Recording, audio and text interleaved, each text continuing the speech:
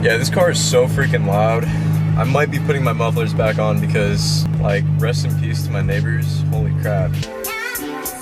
What is going on, you guys? How are you all doing today? I hope you guys are doing fantastic as always. Today, I'm going to be showing you guys how to check if your car has an oil cooler or not. Now, this is really, really important, especially if your car is an N54 model or if it was produced very early on, you know, if it has an earlier build date, because certain models have them and certain models don't.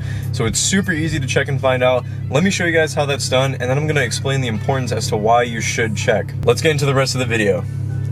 Alright guys, so it's like ridiculously windy outside today, so forgive me if there is significant wind noise on the video, but I'm going to try to get this without getting too much wind noise. Alright guys, so as you can see, I'm sitting in the car.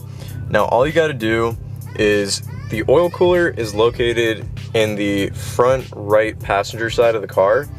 So in order to check to see if you have one, all you got to do is turn your steering wheel all the way over to the left, like pretty much just about as far as it can go, to make sure that you can look inside the fender well. Now that the wheel is turned in, if you look inside the fender in the wheel well, see if I can get the camera up close, you guys will see these vents.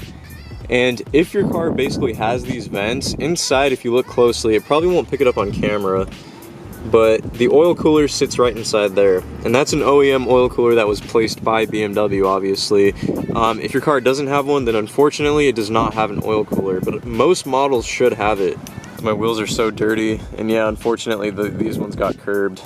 Freaking sucks. Just another cool thing I noticed, if you actually come around to the other side of the fender, and let's see here, if I zoom in, you guys can see there's like an air duct, and it looks like what happens is when the air comes in through the front bumper, part of the air gets directed right in here, and I guess it cools off the brakes, you know, on the front of the car from that little thing. Pretty neat. I never even knew that. Oh, why do these cars have oil coolers, or why do they need oil coolers? Well, as we all know, the N54 engine runs extremely hot. I mean, compared to, you know, most other engines and other conventional cars and whatnot, the N54s tend to run pretty damn hot. Now, what happens is, if you're driving this car hard, you know, you're using it as a performance car on the track, in the canyons, whatever, these things have a high tendency to go into limp mode due to basically heat issues and a lack of cooling. So as a result, I mean, people started to realize this early on, especially a lot of automotive testers, and what they decided to do, BMW as a solution, was to implement an oil cooler into the car. So models that don't have an oil cooler tend to run a lot hotter, their oil temps tend to run a lot hotter than models that do have an oil cooler. And fortunately, the oil cooler seems to really help out. It's not like 100% fix. These cars still do go into limp mode, even with the added-on oil cooler, but for the most part, it's a lot better to have because it's going to keep your oil at a lower temperature. It helps to sustain the optimal oil pressure as well.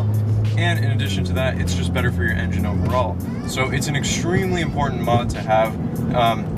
If your car doesn't already come with one equipped, I would highly recommend to get one installed onto your car because, well, it's an oil cooler. It helps keep your oil cool. I mean, that's just really something that's important.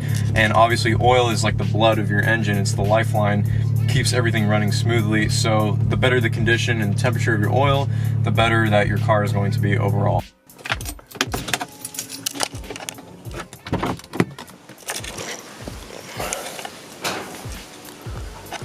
As far as solutions to put an oil cooler in your car if you don't already have one, well, you can get a genuine OEM oil cooler. The only thing is, it is a little bit expensive. It's around like 450 bucks or something like that.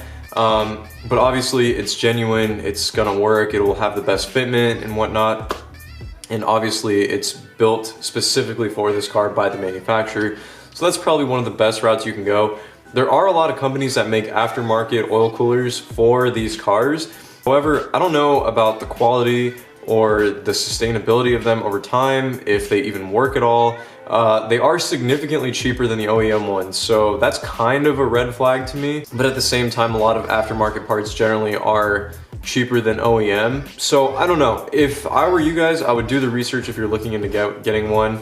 I will do some more research on my end as well. So if you guys have any questions, you know, let me know and I'll try to help you guys out as best as possible. But yeah, as far as that goes, an oil cooler, like I said, it's something important to have, especially if you live in an area that has hot climates too, like Southern California, if you live in Texas, you know, or just places with like high humidity, high temperatures and heat, definitely want to keep these cars running as cool as possible. It's just going to help out with the car overall. Anyway guys, that's gonna do it for today's video. I do apologize, it was a bit of a short video, nothing too crazy, but I do have some pretty sweet things coming up in the coming weeks, and the next video should be pretty awesome, so I'm really excited to get that out for you guys. So stay tuned, I have a lot of stuff coming on the channel. As always, I will keep you guys updated with my car and everything, and I hope you guys have a fantastic day. Love you guys all very much, and I'll catch you all in the next one. Later guys.